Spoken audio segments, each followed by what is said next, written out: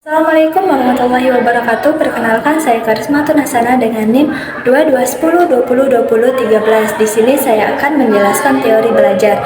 Yang pertama yaitu teori behavioristik. Teori behavioristik merupakan teori perkembangan perilaku yang diukur, diamati, dan dihasilkan melalui respon siswa terhadap pemaparan yang diberikan guru terhadap siswa. Nah, respon siswa tersebut bisa berupa positif ataupun negatif. Nah, contohnya di saat guru memberikan materi tentang tingkah laku dan sopan santun. Nah, kita lihat bagaimana respon dan perilaku siswa tersebut. Apakah perilaku siswa tersebut menjadi lebih baik dan menjadi lebih sopan santun atau malah sebaliknya? Nah, teori behavioristik ini memiliki 3 tokoh. Yang pertama itu Ivan Pavlov. Ivan Pavlov dalam psikologi sangat penting karena kajiannya tentang refleks menjadi dasar berkembangnya psikologi behavioris ini. Nah, poin pentingnya ialah bahwa aktivitas mental sebenarnya tidak lebih dari serangkaian refleks. Nah, dalam hal ini Ivan Pavlov ini bereksperimen dengan anjing, yaitu memberikan anjing makan dengan bunyi lonceng, di mana saat dia memberikan anjing makan, refleks anjing itu mengeluarkan air liur. Namun saat dibunyikan lonceng, anjing itu tidak menimbulkan refleks, yaitu tidak mengeluarkan air liur. Nah, dengan begitu Ivan ini memberikan anjing makan namun membunyikan lonceng terlebih dahulu. Nah, hal ini terus dilakukan secara berulang-ulang sehingga ketika membunyikan lonceng, anjing itu refleks akan mengeluarkan air liur walaupun tidak diberikan makan. Nah, dengan begitu juga dapat dicontohkan dalam pendidikan, yaitu di mana seorang guru mewajibkan siswanya untuk bertanya ketika dia sudah memaparkan materi. Nah, jadi siswanya itu otomatis akan bertanya karena diwajibkan untuk bertanya. Nah, hal ini terus dilakukan secara berulang-ulang sehingga saat guru telah memaparkan materi, tanpa diminta, siswa tersebut mengajukan pertanyaan itu sendiri. Jadi begitulah teori dari Ivan Pavlov. Nah, yang kedua teori Edward Lee Thorndike. Nah, Thorndike mengajukan teori pembelajaran yang disebut teori koneksionisme. Teori ini mengemukakan bahwa respon perilaku terhadap rangsangan tertentu terbentuk melalui hubungan saraf. Hubungan saraf ini antara rangsangan dan respon yang sangat bermanfaat. Teori dasar belajar yang dikemukakan oleh Thorndike ini diawali dengan adanya hubungan antara kesan-kesan yang dihasilkan oleh alat indera yang mengasimilasi objek pengamatan dengan dorongan-dorongan bertindak yang ada dalam dirinya. Selanjutnya yang ketiga yaitu F. Skinner. Dalam teori Skinner membedakan menjadi 2. Yang pertama yaitu respon conditioning yang menitik beratkan pada stimulus, dan yang kedua itu Skinner melakukan penerapan teori operant conditioning dalam belajar, yaitu meliputi yang pertama tidak menggunakan hukuman dalam belajar, yang kedua belajar mengutamakan mengubah lingkungan untuk menghindari pelanggaran agar tidak menghukum, yang ketiga tingkah laku yang dibuat anak dibiarkan tidak diperhatikan, tetapi jika tingkah laku itu diinginkan seorang guru, maka seorang guru itu akan memberikan reward atau apresiasi terhadap siswa tersebut. Dan yang keempat itu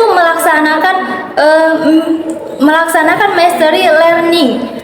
Jadi anak mempelajari bahan secara tuntas menurut waktunya.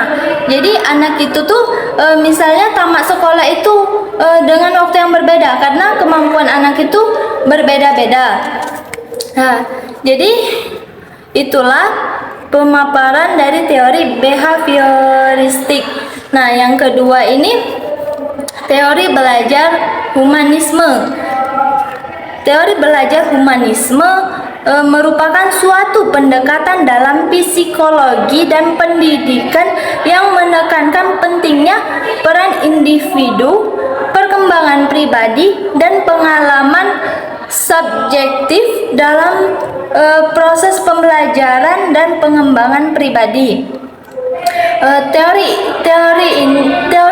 Teori humanisme ini mengedepankan nilai-nilai kemanusiaan, otonomi, dan kebebasan pribadi dalam mewujudkan seluruh potensi seseorang itu.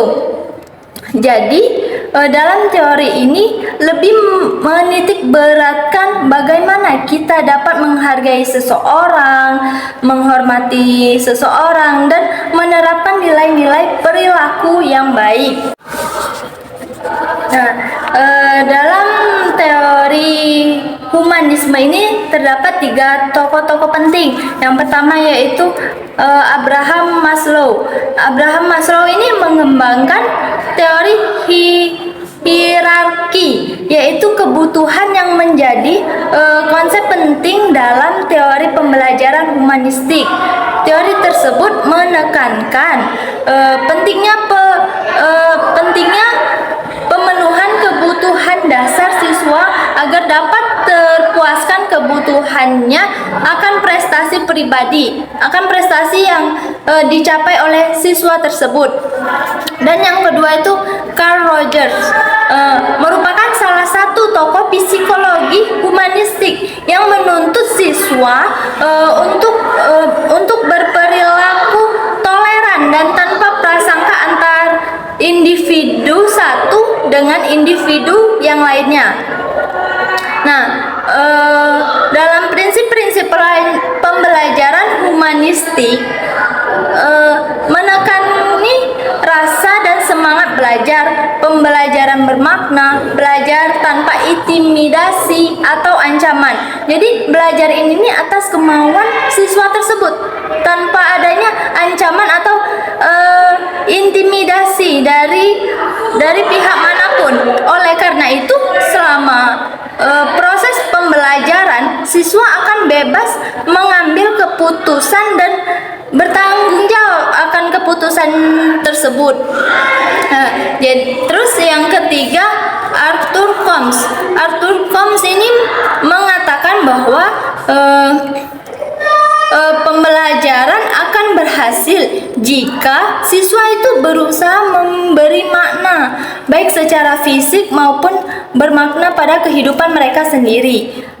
Jadi, jika pendidik memahami perilaku dengan cara mengkonstruksi dunia siswa sehingga perilaku berubah, maka pendidik dapat menciptakan keyakinan positif dalam diri siswa tersebut. Selanjutnya, teori kognitif. Dalam psikologi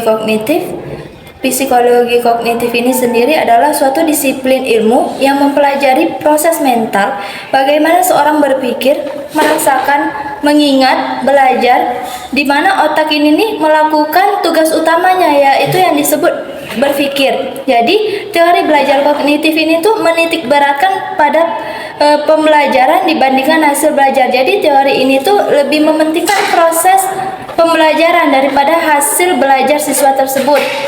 Nah, terdapat 3 tokoh mengenai teori kognitif ini. Yang pertama itu Kurt Lewin. Kurt Lewin mengungkapkan bahwa hasil belajar dipengaruhi oleh individu siswa itu sendiri dan juga oleh lingkungan. Nah, dalam individu siswa sendiri itu mengacu pada kondisi kesehatan psikologis, kecerdasan spiritual atau pengalaman masa lalu. Nah, sedangkan dari lingkungan itu mengacu pada hasil belajar siswa tersebut. Selanjutnya yang kedua yaitu Jean Piaget. Jean Piaget mengungkapkan dalam teorinya memandang bahwa proses berpikir sebagai aktivitas gradual dari fungsi intelektual dan konkret menuju abstrak. Dalam hal tersebut, perkembangan pribadi serta perubahan umurlah yang mempengaruhi belajar individu, sebab di mana anak yang berbeda usia akan berbeda pula pola pikirnya dan mentalnya itu pasti berbeda. Nah, dalam hal ini tahap perkembangan manusia menurut Jean Piaget itu ada 4. Yang pertama kematangan, kedua pengalaman fisik atau lingkungan, ketiga transmisi sosial, dan yang keempat itu self realization. Nah, yang terakhir yaitu yang ketiga Jerome Bruner. Jerome Bruner mengungkapkan dalam teorinya bahwa siswa berpartisipasi aktif dalam memecahkan masalah dan memperoleh informasi secara relevan. Teori ini menjelaskan bahwa proses pembelajaran berjalan dengan baik dan aktif jika siswa tersebut dapat memecahkan masalahnya sendiri dengan bimbingan dari guru yang mengarahkan siswa tersebut untuk mencari informasi-informasi yang relevan. Jadi itulah teori yang dapat saya paparkan. Jika ada kesalahan saya memohon maaf. Sekian, terima kasih. Wassalamualaikum warahmatullahi wabarakatuh.